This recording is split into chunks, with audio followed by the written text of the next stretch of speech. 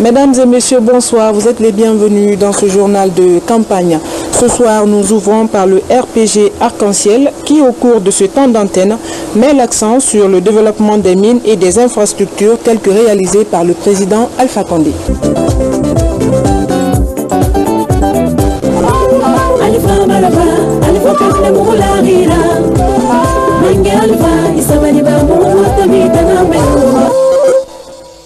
Mesdames et messieurs, chers téléspectateurs, bonsoir. Ce soir, la suite de notre odyssée du progrès en marche. Que vous avez déjà réalisé, la Guinée serait aujourd'hui le pays le plus développé. Et le peuple de Guinée est conscient que vous êtes venu un peu trop tard. Il serait déjà très loin. Le secteur minier guinéen est l'un des plus importants d'Afrique de l'Ouest. L'activité minière est le second employeur après l'État. Dès 2011, substantiel à la Guinée, pourvoir des emplois aux populations et préserver l'environnement. En mai 2014, le palais Sékou Toureya a accueilli la signature du cadre d'investissement du projet Simandou. L'exploitation d'un gisement de fer portant sur 20 milliards de dollars. Mon souhait le plus ardent est que ce projet soit non seulement un modèle pour la Guinée, mais aussi un modèle pour le continent africain, pour une gestion responsable des ressources naturelles dans notre quête de prospérité et de réduction de la pauvreté. La gestion du secteur minier, pendant des décennies par des gouvernements précédents, était marquée par une opacité qui empêchait toute stratégie nationale de développement appuyée sur les matières premières. Avec le professeur Alpha Condé, le secteur s'est doté de codes miniers qui rationalisent les investissements directs étrangers et posent les conditions de la transformation de notre économie par le biais des projets structurants.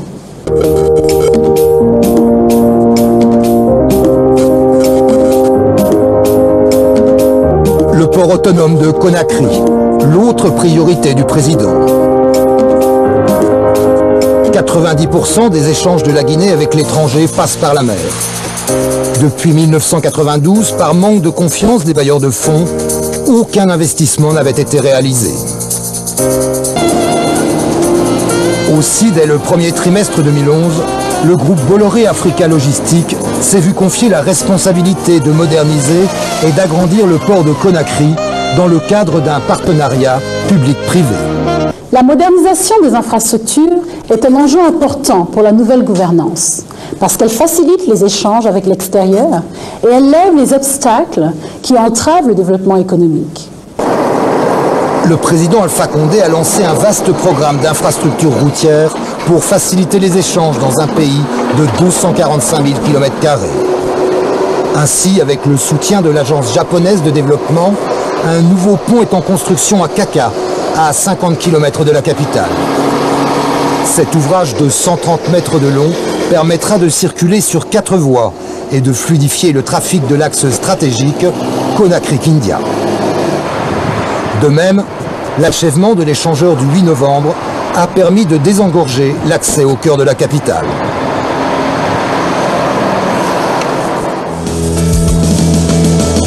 Mais bientôt, les habitants pourront traverser Conakry en train. La ligne bleue a un projet du groupe Bolloré.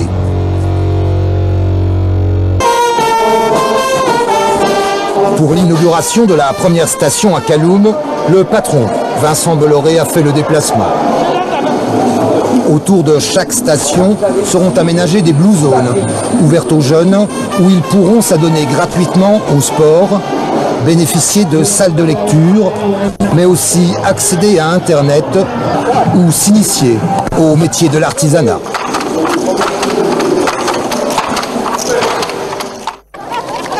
Il est 14 h et déjà on se presse pour monter à bord de la Navette, un navire de 400 mètres de long qui depuis relie le port de Conakry aux îles de Los, à 7 km de là. Pour 2500 francs guinéens, les insulaires peuvent ainsi effectuer des allers-retours en toute sécurité avec la capitale. Car le 31 août 2012, le chavirage d'une pirogue surchargée avait fait 8 morts et 46 disparus. Ce bateau a changé la vie des insulaires parce que depuis son arrivée, le président qui a constaté qu'il y a eu des naufrages, la perte des vies humaines entre les îles, alors il a jugé utile de faire venir ce bateau pour pouvoir sauver la vie des insulaires et les faciliter aussi leur mouvement.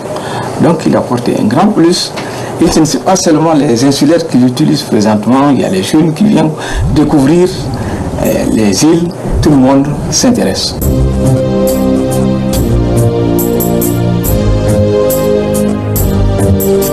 Ensemble, relevons le défi de la Guinée. Ensemble pour le racisme. Je vote Alpha. Je vote l'Alpha. Je vote Alpha. Alpha, nous votons Alpha. Je vote l'Alpha. Nous votons Alpha. Il reste notre choix. Alpha Condé.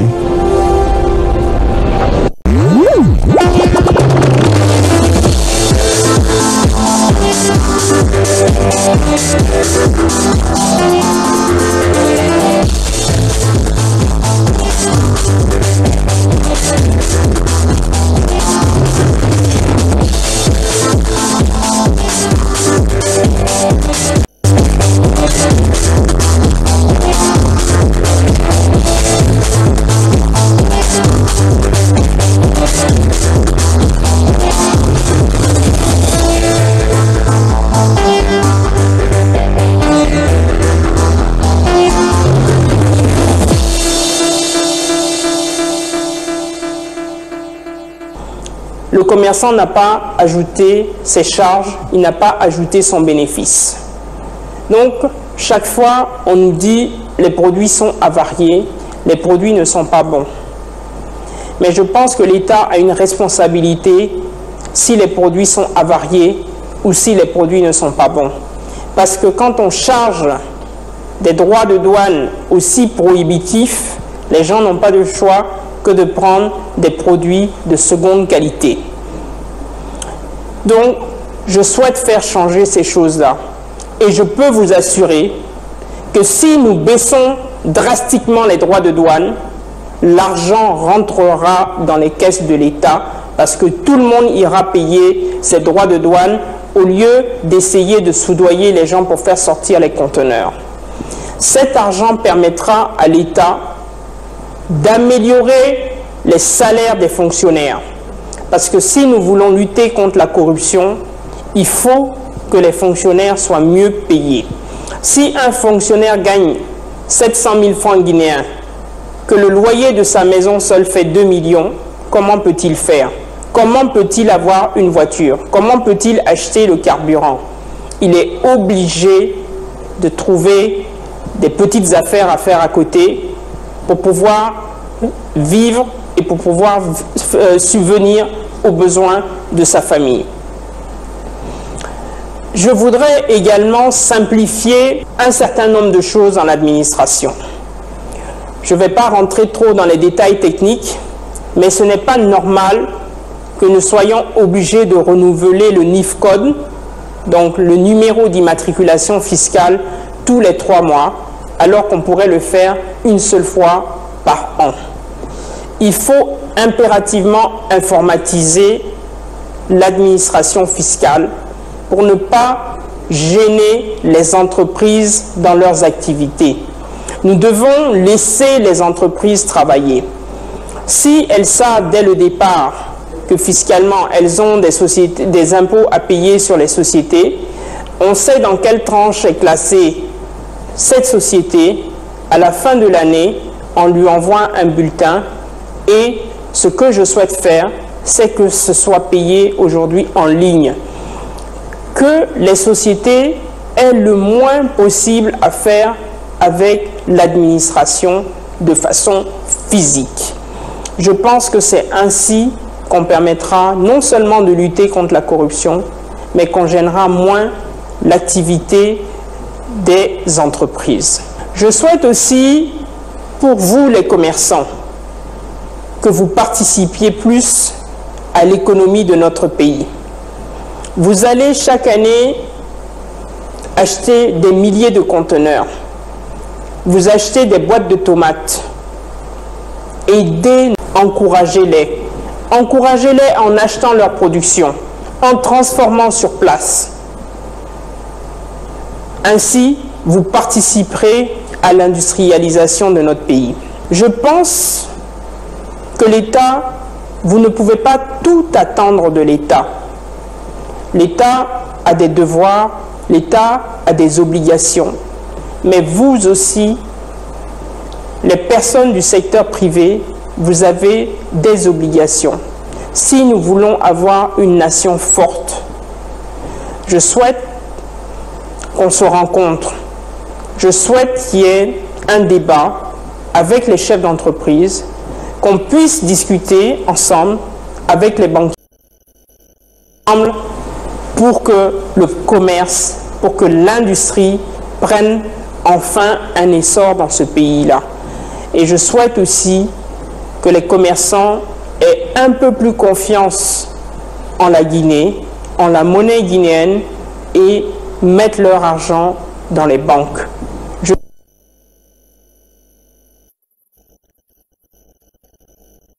Que si je suis conduite aux destinées de ce pays, que vous me ferez suffisamment confiance pour mettre de l'argent dans le pays, pour injecter de l'argent dans les banques, afin que nous construisions notre pays.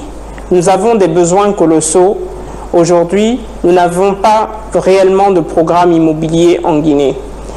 Nous devons absolument faire quelque chose pour que la majorité de la population qui vit dans des bidonvilles sorte des bidonvilles et puisse accéder au logement social.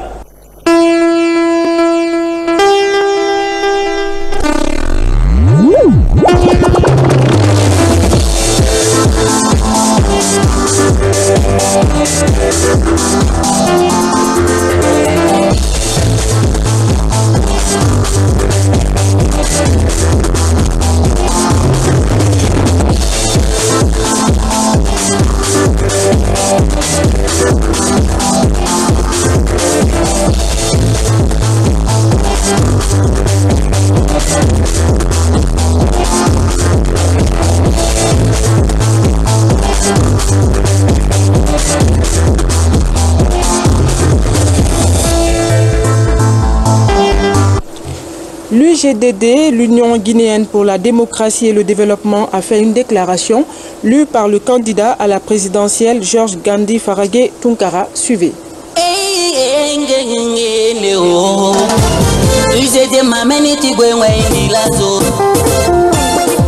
Je voudrais dire aux Guinéens que je ne suis qu'un Guinéen comme eux, qui vit les mêmes réalités, qui souffre les mêmes réalités et qui veut changer la Guinée en bien. Je veux que vous sachiez que je suis comme vous,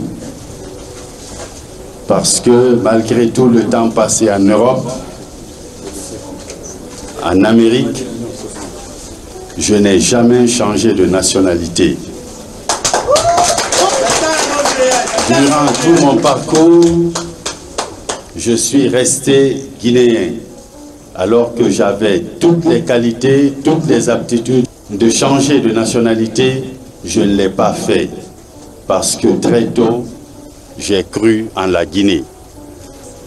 Parce que très tôt, j'ai été éduqué sur des valeurs inculquées par mes parents.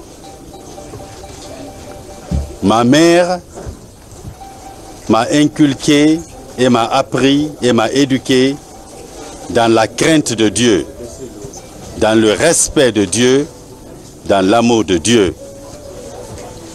Mon père m'a éduqué dans la rigueur, le respect du travail, le respect de la patrie, le respect et l'amour de mon pays. Voici les valeurs qui m'ont entretenu jusqu'ici. Tout mon séjour en Europe, tout le temps passé en Europe, je suis resté réfugié politique guinéen. Et lorsque le régime a changé, en 1984, j'ai commencé à préparer mon retour sur la Guinée. Et en 86, je suis rentré me mettre à la disposition de la Guinée. Je suis rentré comme expert des Nations Unies pour 6 mois. Après les 6 mois, alors que j'avais la possibilité de retourner, reprendre mon poste d'enseignement en France, j'ai décidé de rester ici. J'ai échangé un salaire de 2500 francs français à l'époque, l'équivalent de 6 millions de francs guinéens, pour un salaire de 80 000 francs guinéens que je touchais ici en Guinée. Donc c'est un engagement, c'est un choix qui fait que je suis resté ici et que je suis parmi vous ici. Je suis comme vous, je suis vous. Je n'ai ni maison. Ma famille est avec moi en Guinée. Donc, je vis les mêmes réalités que chaque Guinéen. J'ai donc tout intérêt pour que ça marche en Guinée parce que c'est le choix que j'ai fait. Si ça ne va pas ici, comme vous, nous nous trouverons tous dans la même galère. Je n'ai pas m'engagé aujourd'hui à faire que la Guinée a les potentialités d'aller de l'avant. Chers compatriotes, on nous parle du PPTE. Eh bien, moi, en tant que Guinéen, j'ai honte du PPTE. J'ai honte qu'on se glorifie pour avoir atteint la qualité de pays pauvre, très endetté. Parce que la Guinée est un pays riche et nous devons mettre cette richesse en valeur pour pouvoir manifester notre dignité. Cela est contraire à la vision et à l'approche des pères fondateurs de ce pays. Nous devons manifester notre dignité. Nous devons partir vers un partage équitable de la richesse nationale. Nous devons cesser de parcourir le monde à mendier de l'aide. Nous devons être capables de nous assumer nous-mêmes, puisque Dieu nous en a donné les richesses naturelles, les richesses humaines et l'intelligence qu'il faut pour cela. Nous changerons cette donne par la bonne gouvernance, parce que la Guinée est riche. Notre problème, c'est uniquement le mauvais partage de la richesse nationale. Aux jeunes, nous voulons féminiser la classe de femmes dans notre gouvernement. Nous voulons aller vers la modernisation de la classe politique parce que nous n'appellerons plus des démagogues ou nous n'appellerons plus des gens au gouvernement en fonction de leur ethnie, mais plutôt en fonction de leurs compétences. Chers Guinéens, beaucoup disent que tous les partis font la même chose ou disent la même chose. Je vais vous énumérer des choses que seul l'UGDD prononce et annonce. Parmi ces qui nous engageons qu'au lendemain ensemble un programme commun de gouvernement. Notre victoire ne doit pas être la victoire de l'UGDD, elle doit être la victoire de la Guinée et de tous les Guinéens. Chers amis. Hélas, le changement tant annoncé ne s'est pas produit. Depuis 5 ans, notre pays est au bord du chaos. 5 ans de fausses promesses, 5 ans de souffrance, 5 ans pour rien. On est fatigué.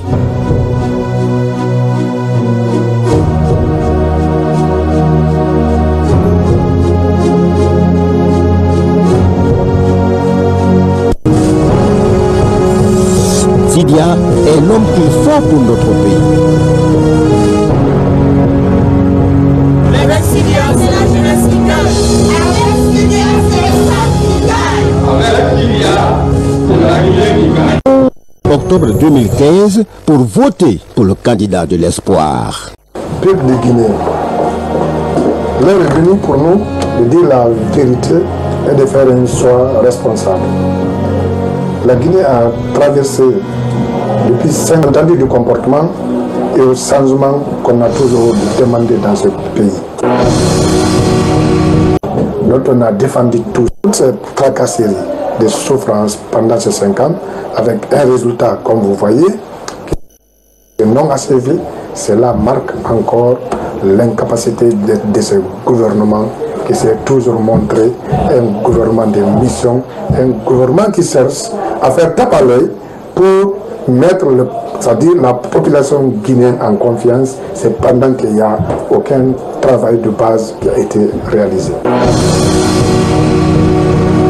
Je viens devant vous pour vous dire, le 11 octobre, c'est sélectionné dans une alliance nationale qu'on appelle l'AMPA, dont je suis le coordonnateur général. Cette alliance a décidé de propulser M. Sédia Touré comme candidat unique pour qu'on puisse avoir une alternance en 2015. C'est la raison pour laquelle j'invite le peuple de Guinée de comprendre qu'on ne doit plus voter pour un sac de riz, qu'on ne doit plus voter parce qu'on a été menacé, qu'on ne doit plus voter parce qu'on nous a remis de l'argent, on ne doit plus voter parce que c'est notre ethnie.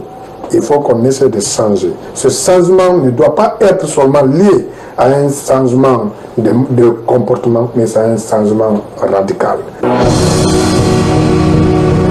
Le programme qu'on va proposer à M. Sédia Touré sur le plan de la santé,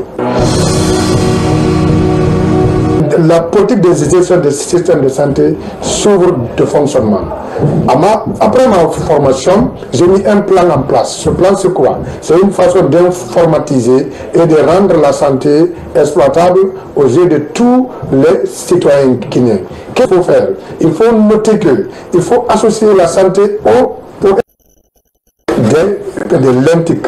En faisant quoi? Informatiser les données, faciliter, c'est-à-dire le transport de l'information du patient au médecin, essayer de mettre en place, c'est-à-dire un système de gestion des données des patients afin qu'on évite, c'est-à-dire l'évacuation des malades à l'étranger. C'est la raison pour laquelle, avec l'arrivée de M. Sédia, je mettrai ce programme que j'ai eu à concevoir avec l'étranger à sa disposition pour que désormais qu'on essaie de former les médecins sur place pour éviter la déperdition de captation de l'information afin que les médecins soient outillés dans leur lieu de travail que de se déplacer pour aller sur des séminaires qui donnent généralement pas de bons résultats, de compte rendu, de transmission de connaissances. Il y a une forte déperdition.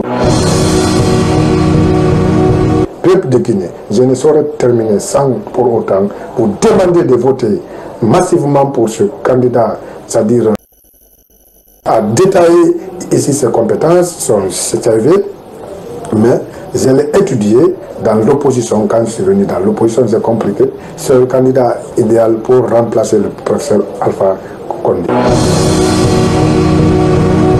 J'invite tous les militants du BOC, tous les militants de mon parti ADC de soutenir et de voter valablement notre candidat, M. Sédia Touré. Je vous remercie. Aujourd'hui, il s'agit de choisir le leader capable de développer notre pays et de rassembler les Guinéens. Sédia est l'homme qu'il faut pour notre pays. Avec Sédia, c'est la jeunesse qui gagne. Avec Sédia, c'est le peuple qui gagne. Avec Sédia, c'est la Guinée qui gagne. Sédia président, c'est la Guinée qui gagne. Rendez-vous le 11 octobre 2015 pour voter pour le candidat de l'espoir. Quant au candidat de l'UFDG, Elhadji Cellou Dalein Diallo, il rend hommage aux artistes pour leur soutien. Et les porte-paroles Mohamed Bakary Keïta et Nadia Nafiman présentent des propositions en matière de santé publique. Le conflit aussi est un conflit mortifère pour toute société. La Guinée nous appartient à tous. Vous connaissez qui est le petit roi? Avant le petit roi! L'état du petit roi et de sa petite cour est injuste.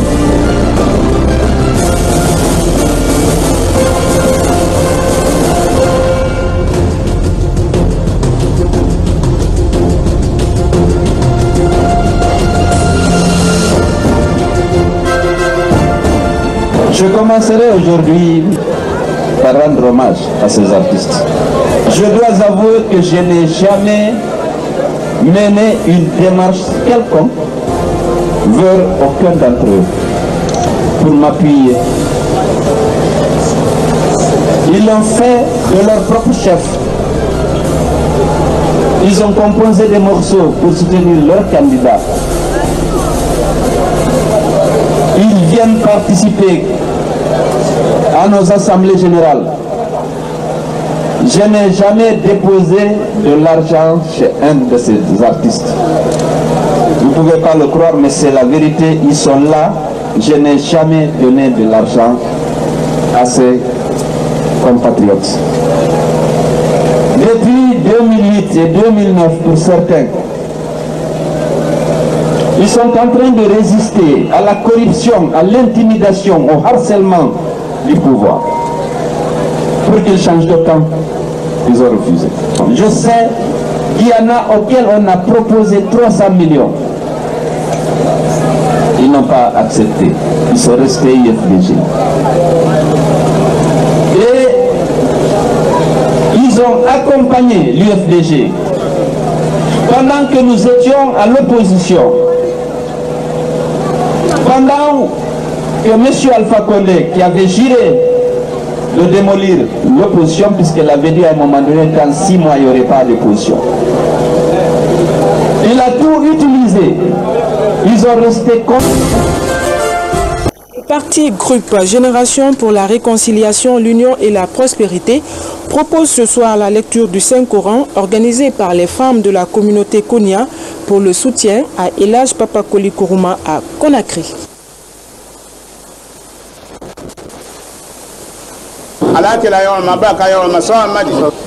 Moi mana ju mama ni kamo sene jambi mo sene jang kabe faso kolema kabe badeyama ala masa edinya mo nani komema ala sono ya moy ala mo takialo herere ni kamo nani mo mana ju mano mo nani ne kana mo badendeme kana mo koro deme kamo doni deme kamo dendeme ala sa ala masa ya dama weke mo kuna yerongole kama faso fana kuna yere bi mela la ka foko ni islaminga ay islatile nele sila jengeninte kaban kalala konye femenyin natin mbawo be ka fe ala be ka fe mbawo ya fe ala be ka fe bi matelebo tele kairato ay ala bulo kadi mo be ma alama okera tele kairato ay ala bulo kadi mo ma alama okera ni kandila nyina ni lagine masa ya fe mude na lola masa ya nyina asanyi bilo nuru blalete mo be mo ka indépendance soro kono toro ya maboyano muso toroni deni utoroni kalanza bateye ni albana skalana barateye meni barala oye kaibo bararo toro ya besia lagineka kolobo nu yerero mota manya na ko lagine yembi lagine sini si men not bi a mo beslande kasla kafo kongamu de kalala a sanfla le ni slama si masse lohoroma yororo do wu make mo yere gani yem do wu make jamana yen a mo ka kan kasla woro kabaka jangaro tak men bela ni kana bla mo kan men kan islam ya kala fenne jangaro me ya fo islam onya kwa ka nyom fo jangaro ya me fo islam onya kuni islam onyo jangaro ku kaseye jangaro me ya fo ku ni islam onyo sara ikajo ikasalama ikasudo ah obe bo islam mu de to ni we ni moka woye o jamana mingono kaba kafo ko okani jamana jima na wati kono kaba ka sanol gbata kadi oma jamana ka todi mota hangli soroba ol na ka ko bana je boka ke candidat na ko ko limbe gonda fli Nglema fode be ba yo ko anani hangri nyame na ko amase. Amuda da kala amase. Ana hangri nyame na no. Atra kairale fela ginenyo. Ko na bibi na amase. Ado to na se la bouton. Muda ko so. Ni mo de na kumama ka fo mo bema ka le kala hidi lafa man ahada kana mas'ulan ni ma okay e bebla la de kele newe aflana mo mene gouvernement non ne fante gouvernement wala be kalo ko amase dans le même bec à Hollande. Mais kaba fana ka fo butu ko kado sanu lugata kadama ado masse oye flanka fu yalele ka fo ya no ko afini ni ka otiyen ka fo ko agbeni ka wu ya fo otiyen ado mo don ka lo ko amasse mo ka mo nyinga o ba kala jamana mino jamana o se talanya ate se talanya o be kala jamana mino hele be dunya hele ta duna hele ta se duna yeno do mo be hangli miri mo ka hangli so ka mota manya ben ka foko jamana men be toro sambi no wombla ay ko wala ma fele we ay la beya ma fele we kala duna se la do men ay mo fele we la gine mi de ken je ya fo ko jimino ye na ji ko na no la gina klembele fani yembolo ko fari ye na malo yembolo ko kongo ye na o yendo la gina klembele atta o tayi na yoro bersa o la ke le ko fala nyem présenter ni ka fo ko ye jamana mara ite se jamana mara ni ma jamana long e ma jamana den long e ma jamana den kun ko long moi dans ma salle mon défaut moi comment c'est parce que va tromper jamana de va tromper attends ma jamana là ma jamana de non au fond ko moi te ça faut la buto ko adi se ka ko bra ke jamana ya mende ke jamana la ka la ko le on la ka la ko nyemul kan lo maula ko la vaula ko la ndowula ko la ngora ko la donc me bo candidat a nyon demain kandama o te mena to tin ka vote kairanye ka vote moyen kaniya na ka vote kairanye la gina kairanye ka vote ayer kaniya ka vote nenya o be ka la gina be hedasro na dam na ole ma ko mesawa ni ka sawa man to la lo kwa tatala fe adagila la salao donc ko barka la barka ya wunya ay koni ya benye ay nike ka hakato la kan bizinllah sallallahu alaihi wasallam e wo modi la ale bien avec adenga le kila yo mani mara la beke mo ke je kati mule kana ni mo wa kana de me wa kana kati la beke ala wa jama jamana di ale jamana di le atiri lo mani mara la beke ala ke la yo mara ka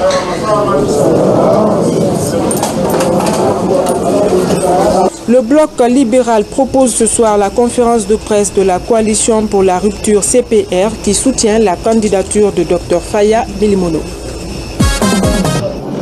Bonsoir tout le monde.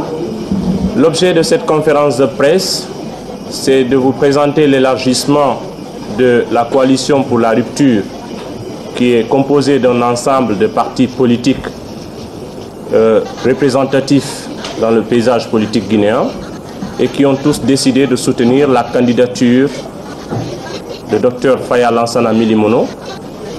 Il s'agit de continuer dans cette dynamique pour le souci de la rupture dans notre pays. Ces partis politiques présents, il y a des contacts qui sont aujourd'hui pris, des annonces vont suivre parce que la dynamique augmente en ampleur. Il s'agit pour la présentation du parti PRG dirigé par Dr Moïse Koundouno présent ici, du parti PRD dirigé par M. Tchernoma Moudba, aussi présent, du parti PGSD de Mme Marie-Louise Kamano, présente également, du parti UMPG dirigé par M. Alpha Oumar Kamara, du parti CAD dirigé par M. Daniel Collier, qui est représenté par M. Théophile Maomi, du parti FLUDEG dirigé par M. Alphonse Kourouma, présent également, et du parti FPDD dirigé par M. Moussa Dadis Kamara, et qui devait être représenté. Le principe de l'alliance est obtenu. Des discussions ont été engagées il y a un certain nombre de temps. Il ne reste plus qu'à formaliser les derniers détails pour annoncer officiellement le soutien du FPDD à l'alliance CPR pour porter le candidat Dr Faya Milimono à la présidence de la République. Je vais commencer par vous annoncer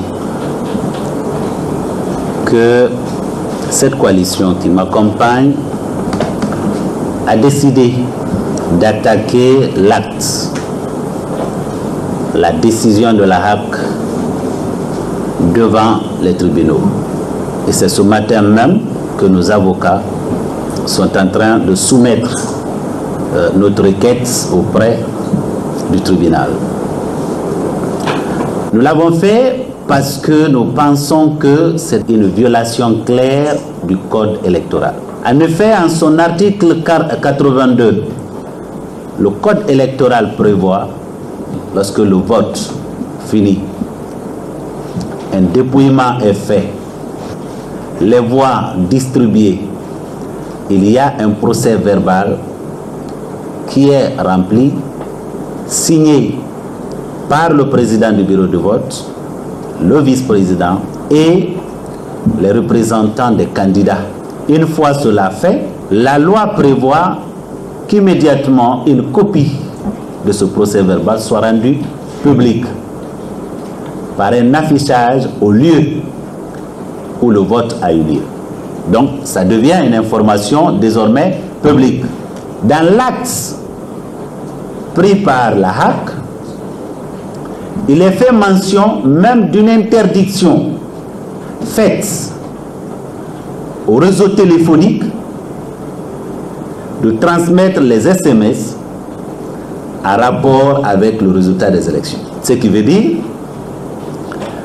qu'on veut créer un blackout autour des résultats qui ne vont pas nécessairement sortir des urnes. Parce que c'est au niveau des bureaux de vote seulement que nous avons le témoignage de chacun des candidats. De par la loi, tous les candidats en liste auront des représentants à chaque bureau de vote. En tout cas, la loi le permet. Si une information sort de là, elle est la seule authentique. Lorsqu'on interdit à vous, les médias, de parler de cette information, il est clair que ceci constitue une violation de la liberté de la presse. C'est aussi une violation du code électoral de notre pays. Et c'est de nature, n'est-ce pas, à saper les fondements de la transparence d'une élection. Cette élection dans laquelle nous nous sommes engagés, nous la voulons propre. Nous la voulons libre, transparente et crédible. Et en tant qu'individu responsable face au devenir de notre pays, nous ne pouvons cautionner un processus qui peut ouvrir la voie à des troubles dans notre pays. Ce serait irresponsable de notre part. L'objectif, c'est de ne pas avoir du côté de l'opposition des témoins. Le président de la République a déjà un gouvernement. Il est candidat. Ses ministres, en violation des dispositions constitutionnelles relatives à la neutralité de l'administration publique. Tous les ministres sont aujourd'hui en campagne avec les moyens de l'État. Hier, en Zéro-Corée, ce sont les enseignants qui ont été réunis. Et au cours de cette réunion, on a commencé par leur enlever tous leurs téléphones pour ne pas que ce qui allait être dit ne soit enregistré par quelqu'un et sorti de cette salle. Et il a été demandé à tous ces enseignants de faire en sorte, puisque pour la plupart ils seront membres des bureaux de vote, de faire en sorte que le professeur Alpha Condé gagne partout où ils seront, sinon ils seraient purement et simplement licenciés. Enfin, pour boucler ce journal de campagne, nous vous invitons à suivre la déclaration du président du PEDN, Lansana Kouyaté, sur l'insalubrité en Guinée.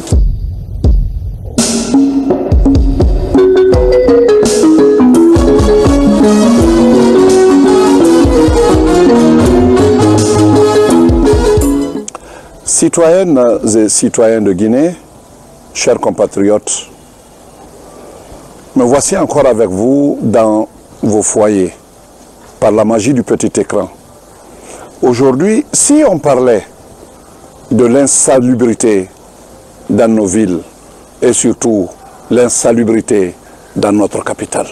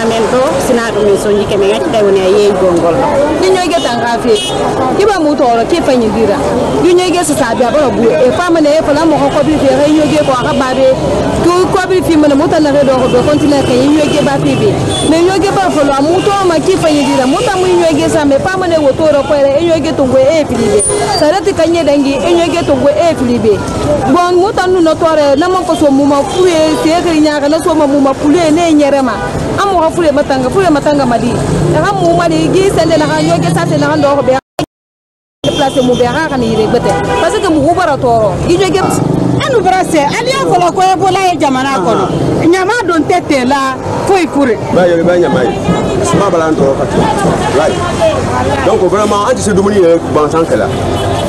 Il y a que le gouvernement n'a pas eu un de ma canyama en Corée. Pas que Django, Bébala Djangoria. Que la gouvernement, ça ne va pas. Quand on ne peut.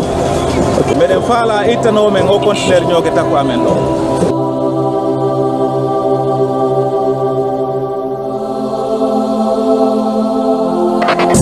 Les images que vous venez de voir nous interpellent. Ces images sont le constat que, à l'évidence, le gouvernement n'a aucune prise sur la santé de ces populations, parce que n'ayant aucune prise sur l'environnement dans lequel ces populations vivent. Ces images que vous avez vues ne sont pas prises dans une seule partie de la cité, mais dans plusieurs endroits de la ville. Vous voyez les immondices qui s'entassent, ces immondices qui nous donnent, qui nous amènent les plus grandes maladies que sont le paludisme, le choléra, la fièvre typhoïde et j'en passe. Conakry a été classé en 2014 par le magazine Forbes comme la ville la plus sale du monde. C'est une honte pour nous tous qui avons envie d'être parmi les meilleurs en la matière. Mais il n'y a pas 10 000 solutions. Le PDN propose, dans son projet de société, dans son plan d'action, que d'abord il y ait une politique de la ville qui conçoive la ville, surtout la capitale, comme une entité globale dans tous les domaines possibles. Domaine de la santé, de l'éducation, domaine du logement et propreté de la ville. Mais comment voulez-vous qu'une ville de la taille de Conakry, qui a plus de 2 millions d'habitants, où on produit près de 700 tonnes de déchets par jour, c'est immense. Comment voulez-vous qu'une telle ville resplendisse? On se rappelait Conakry comme étant la perle de l'Afrique de l'Ouest depuis le temps colonial. Malheureusement, aujourd'hui, cette perle s'est fendue. Et est-ce que les gens savent que la corniche vers le palais du peuple était baptisée au temps colonial la baie des anges, tellement les flamboyants étaient là, ornaient la ville. Malheureusement, tout cela est devenu immondice. Ce que nous proposons, c'est de trouver une société spécialisée dans le traitement des ordures, savoir comment, où les jeter, comment les transformer, parfois en combustible ou en engrais. Et quand je fus Premier ministre, j'avais déjà pris contact avec la société sud-africaine qui est aujourd'hui en charge du nettoyage de la ville de Johannesburg. Tout était parti et je crois qu'il ne restait maintenant que les signatures quand j'ai quitté. Ceux qui sont venus après ont simplement classé dans les tiroirs. Et l'ambassadeur d'Afrique du Sud m'a révélé quelque chose d'épouvantable, c'est que partout où il est parti après moi pour trouver intérêt à ce projet, tout se détournait de lui. Mes chers compatriotes, nous devons nous lever, bousculer les convenances. Ce n'est pas un gouvernorat qui pourra traiter les ordures d'une ville comme la capitale. Il s'agit d'entreprises spécialisées qui rentreront en contact avec le gouvernement, signeront un accord avec le gouvernement pour pouvoir, comme toutes les grandes villes du monde. Mais ça ne s'arrête pas là. Il y a aussi l'aménagement de la voirie, faire des caniveaux et essayer de trouver les meilleures méthodes pour que la ville présente bien. Je vais m'arrêter là ce soir parce que c'est un sujet poignant, mais je vous ai dit en quelques mots ce que le PDN fera quand il sera aux affaires, ce que Kouyaté fera lorsque le 11 octobre 2015, vous m'accorderez votre confiance. Voilà, mesdames et messieurs, c'est la fin de ce journal de campagne. Merci à vous de l'avoir suivi. À la présentation, Adèle Camara. Bonne suite de programmes télévisés. Bonsoir et à demain. La haute autorité de la communication pour une élection transparente, libre, équitable et apaisée. 8 candidats pour un fauteuil présidentiel. Découvrez et accompagnez votre candidat tout au long de la campagne électorale à travers 2 émissions spéciales. Le temps de convaincre et programme